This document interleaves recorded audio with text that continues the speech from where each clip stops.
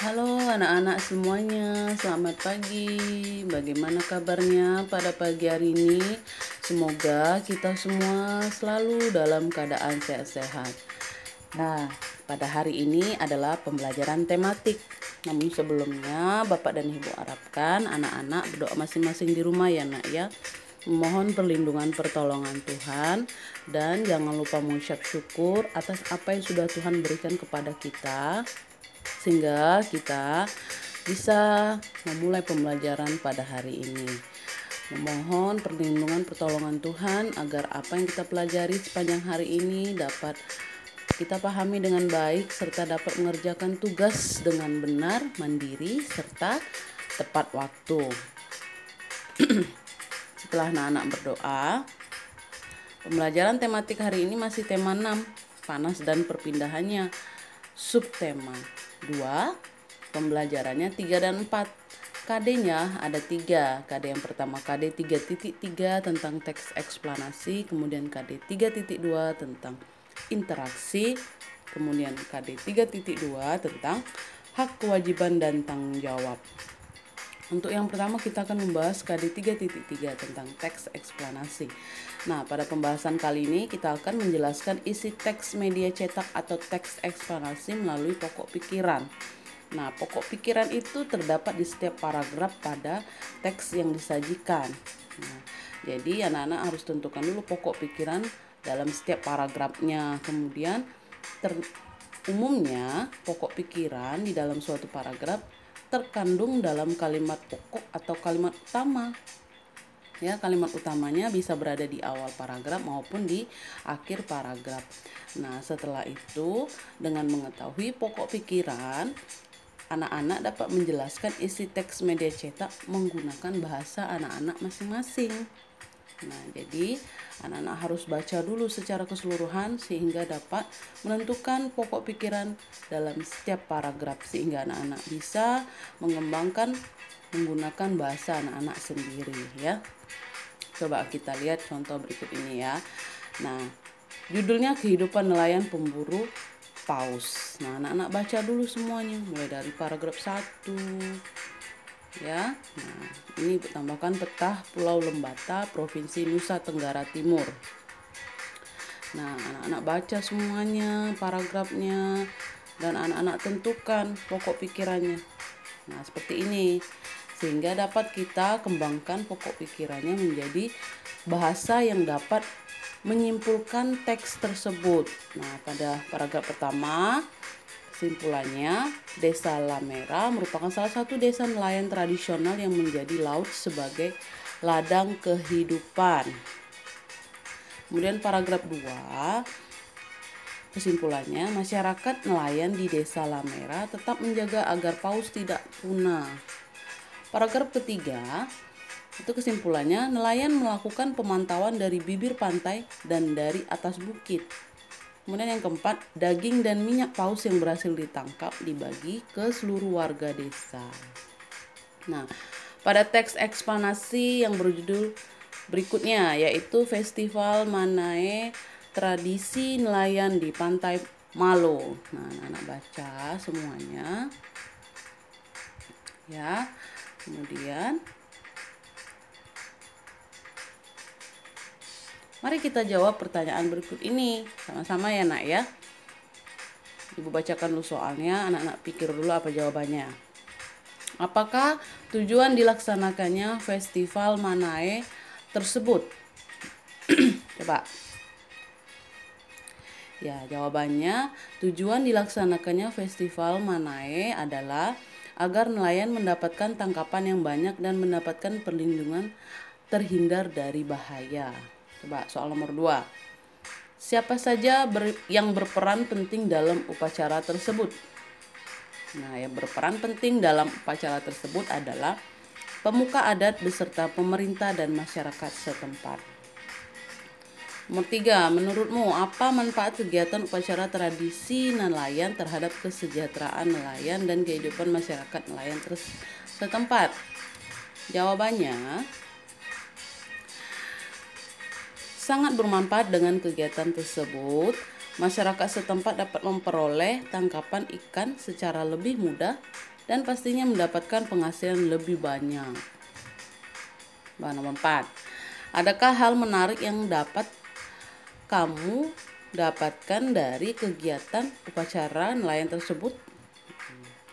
Masyarakat dilarang menggunakan pakaian berwarna merah sebagai pantangan. Nah, itu hal yang menariknya ya, Nak ya.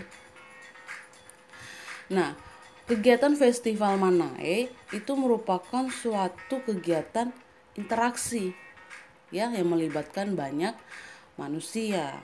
Nah, ternyata manusia itu merupakan makhluk sosial yang tidak dapat hidup sendiri. Benar tidak? Ada yang bisa hidup sendiri? Tidak bisa ya, Nak ya. Kita semua membutuhkan orang lain untuk keberlangsungan hidup kita. Nah, manusia itu harus menjalin interaksi dengan lingkungan sekitar, baik lingkungan alam maupun lingkungan sosial. Nah, arti interaksi antar manusia dengan lingkungan itu artinya suatu hubungan timbal balik yang saling mempengaruhi. Nah, artinya apa? Manusia membutuhkan lingkungan dan lingkungan pun membutuhkan kita, lingkungan maupun lingkungan alam ataupun lingkungan sosial. Itu kita dan lingkungan itu saling membutuhkan, saling mempengaruhi. Nah, pengaruh yang terlihat dari interaksi ini terlihat dari keberagaman aktivitas masyarakat seperti tadi nelayan yang menangkap paus, Festival Manae. Nah, itu merupakan aktivitas interaksi manusia dengan lingkungan. Kemudian di dalam interaksi itu ada ekonomi dan sosial budaya. Nah, ternyata pembangunan ekonomi sosial budaya di Indonesia itu sangat penting. Karena apa? Karena untuk kemajuan suatu bangsa tersebut. Apa salah satu faktornya? Salah satu faktornya adalah adanya interaksi antar individu atau kelompok di dalam suatu lingkungan. Nah, setiap individu atau kelompok tersebut memiliki peran masing-masing. Pembangunan ekonomi dan sosial budaya itu merupakan satu kesatuan yang tidak dapat dipisahkan. Nah, seperti pada suatu kegiatan, ya Nak ya. Di dalam suatu kegiatan itu ada ekonominya, ada sosial, ada budaya. Nah, di dalam interaksi itu terjadi ekonomi dan sosial. Apa ekonominya? Bisa saja kegiatan jual beli di dalamnya. Nah, itu suatu termasuk dalam ekonomi. Kemudian sosialnya di mana? Terjadinya interaksi antar individu maupun antar kelompok ataupun sebaliknya, individu kelompok atau kelompok. Nah, itu sosialnya. Kemudian budayanya apa? Kebiasaan yang terus-menerus dilakukan sehingga membudaya, sehingga terjadilah pada setiap individu atau kelompok tersebut memiliki perannya masing-masing. Nah, akibat kebiasaan yang mereka lakukan terus-menerus dalam kegiatan tersebut, terjadilah peran masing-masing. Nah, coba kita lihat contoh berikut ini, misalnya subak. Nah, subak ini merupakan pengolahan lahan pertanian yang sering dilakukan oleh masyarakat di Bali. Nah, ini merupakan salah satu pembangunan ekonomi sosial budaya. Nah, di mana ekonominya, Nak? Ekonominya pada saat perairan sawah itu diairi dengan sistem subak ini berhasil, maka hasil panen padi itu semakin meningkat. Nah, meningkatnya hasil panen padi itu mempengaruhi jual yang sangat banyak sehingga dapat menguntungkan nelayan tersebut, sehingga dapat menguntungkan petani ya Nak ya, petani tersebut. Nah, dengan menguntungkannya hasil panen yang tinggi, terjadilah jual beli ya, jual beli secara langsung ataupun jual beli di pasar. Nah, itulah ekonominya. Sosialnya di mana, Nak? Terjadi interaksi. Nah, petani tersebut pasti menjual dengan orang lain dan ataupun dibeli oleh sekelompok orang untuk dijual lagi. Nah, itulah adanya interaksi, ya. Dia tidak bisa memakan sendiri ataupun dijualnya ke dirinya sendiri, tidak bisa, dia memerlukan orang lain, terjadilah interaksi. Nah, itulah sosial. Nah, kemudian budayanya apa? Kebiasaan yang dilakukan oleh masyarakat Bali itu melakukan perairan lahan pertanian dengan sistem subak. Nah, secara terus-menerus mereka lakukan dan menjadi suatu kebiasaan dan membudaya.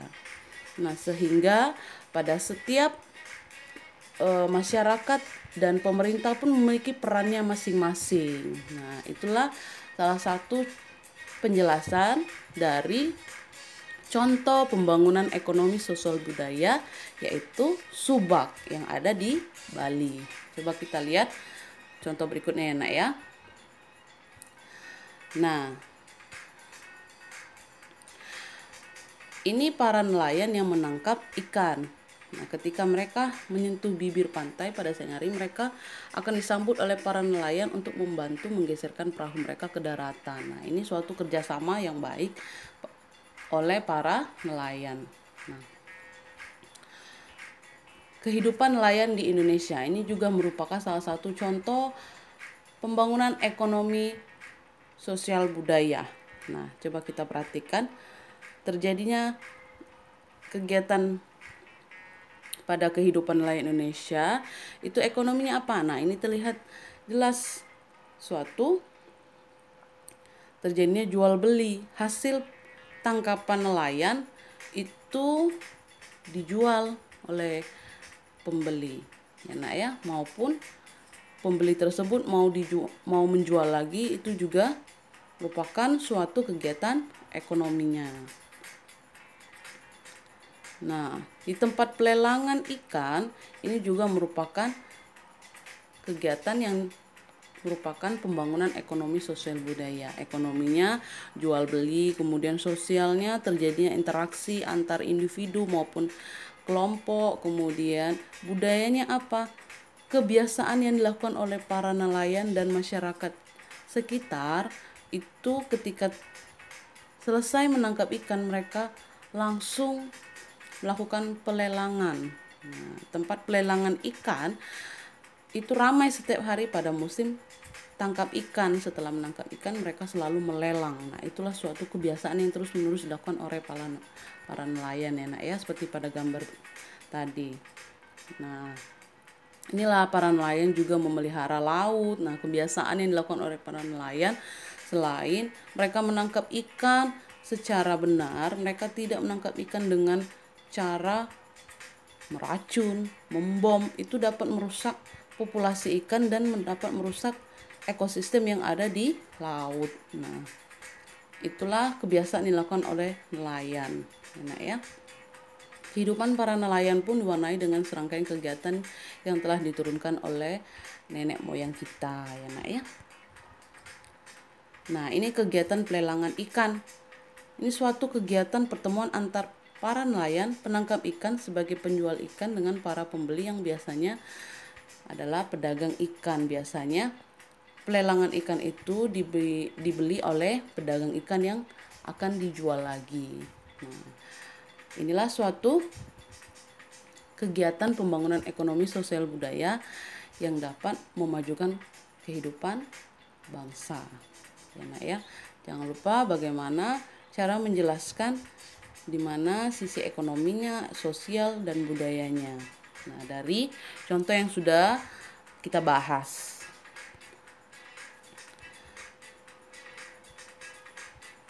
Nah, ini kegiatan pelelangan ikan, ya, Nak, ya. Nah, para penjual adalah para nelayan yang biasanya menangkap ikan di laut secara berkelompok. Nah, ini tadi, ini apa, Nak? Pada ada ekonomi sosial budayanya. Coba ekonominya apa? Nah, terjadi jual beli. Nah, ikan yang sudah ditangkap oleh para nelayan itu akan dijual. Kemudian sosialnya apa? Nah, penangkapan ikan itu dilakukan secara berkelompok. Nah, ini adanya interaksi sosial, ya. Tidak bisa dia menangkap ikan sendiri, dia membutuhkan orang lain. Kemudian budayanya apa? Kebiasaan yang terus dilakukan oleh para nelayan tersebut apa? Menangkap ikan, kemudian menangkap ikannya secara berkelompok, kemudian setelah menangkap ikan mereka menjual. Nah, itulah suatu kebiasaan yang terus mereka lakukan dan membudaya. Nah, ini tadi hasil tangkapannya dilelang di tempat pelelangan ikan, TPI namanya, enak ya.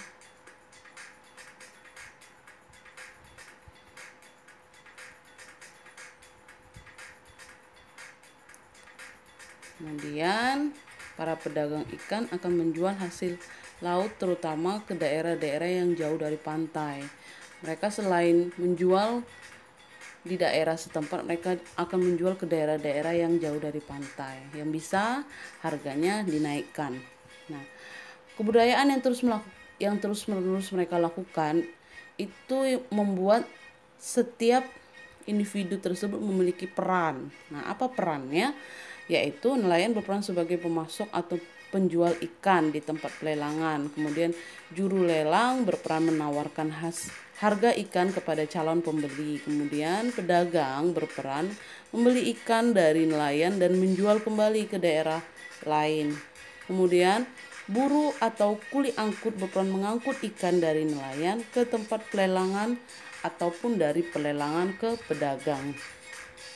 Nah, di setiap peran yang dimiliki oleh nelayan, juru lelang, pedagang, dan buruh kuli itu memiliki hak dan kewajibannya masing-masing. Nah, seperti pada contoh kegiatan pelelang yang sudah kita bahas tadi. Nelayan memiliki hak kewajibannya, juru lelang juga, pedagang dan buruh kuli pun memiliki hak dan kewajibannya. Kemudian setiap warga itu memiliki kewajiban, tanggung jawab, dan haknya. Kewajiban, tanggung jawab, dan hak itu beragam wujudnya sesuai lingkungan tempat tinggalnya. Nah, jika kita menjalankan kewajiban dan tanggung jawab dengan benar, maka kita layak mendapatkan hak. Kemudian, apa itu kewajiban, tanggung jawab, dan hak? Kewajiban adalah sesuatu yang harus dilakukan oleh seseorang jika ingin memperoleh hak. Kewajiban harus dilaksanakan terlebih dahulu. Nah, tanggung jawab adalah sikap menyadari dan sikap melaksanakan tugas dan kewajiban yang dimiliki. Kalau hak, segala sesuatu yang diperoleh masyarakat sejak lahir dan penggunaannya tergantung pada peran yang dimiliki. Nah, mendapatkan rasa hangat dari api unggun itu merupakan hak siswa. Nah, sebagai kewajiban dan tanggung jawabnya apa? Semua siswa harus berbagi tempat dan tidak terlalu dekat dengan api unggun. Nah, seperti itu ya. Itu ya, Nak. Nah, ini merupakan suatu pelaksanaan kewajiban. Yang pertama, menjaga kebersihan lingkungan sekitar, mematuhi aturan lalu lintas di jalan, mematuhi tata tertib di sekolah. Nah, pelaksanaan tanggung jawabnya apa? Ini salah satu pelaksanaan tanggung jawab di rumah ya, Nak ya. Merapikan mainan setelah digunakan, mencuci kaki setelah bermain, mengumpulkan tugas sekolah tepat waktu. Nah, pelaksanaan hak. Kemudian, nah ini hak warga negara sesuai dengan Undang-Undang 1945. Setiap warga negara memiliki kedudukan yang sama di mata hukum dan di dalam pemerintahan. Nah, ini pasal 27 ayat 1. Ini ya, ada 1 sampai 7 ya, Nak ya. Kemudian selain hak, itu ada kewajiban warga negara Indonesia sesuai dengan undang-undang. Nah, ini nomor 1 sampai nomor 6. Satunya, setiap warga negara wajib membayar pajak dan retribusi yang telah ditetapkan oleh pemerintah pusat dan pemerintah daerah, Pemda. Pasal 23A. Nah, ini ada 1 sampai 6. Nah, demikian pembelajaran kita sepanjang hari ini. Jangan lupa anak-anak, ini Ibu informasikan ada link pendaftaran online PPDB ya 2021 sampai 2022. Terima kasih anak-anak sudah mendengarkan dan belajar tematik pada hari ini. Tugas akan dikerjakan di Google Form yang linknya akan dikirimkan oleh Bapak dan Ibu guru di WA Group. Selamat mengerjakan tugas anak-anak. Kalau tidak mengerti boleh bertanya sama Bapak dan Ibu gurunya ya. Jangan lupa mengucapkan syukur dan berterima kasih kepada Tuhan sepanjang hari ini kita boleh belajar dan terus diberikan kesehatan kepada Tuhan. Jangan lupa ya nak ya. Nah setelah anak-anak berdoa, jangan lupa tetap terapkan protokol kesehatan. Jangan lupa jaga kesehatan terus-menerus ya nak ya. Tetap standby di rumah. Kalaupun mau keluar, jangan lupa apa? Masker, cuci tangan, jaga jarak ya. Terima kasih anak-anak. Sampai jumpa lagi. Dadah.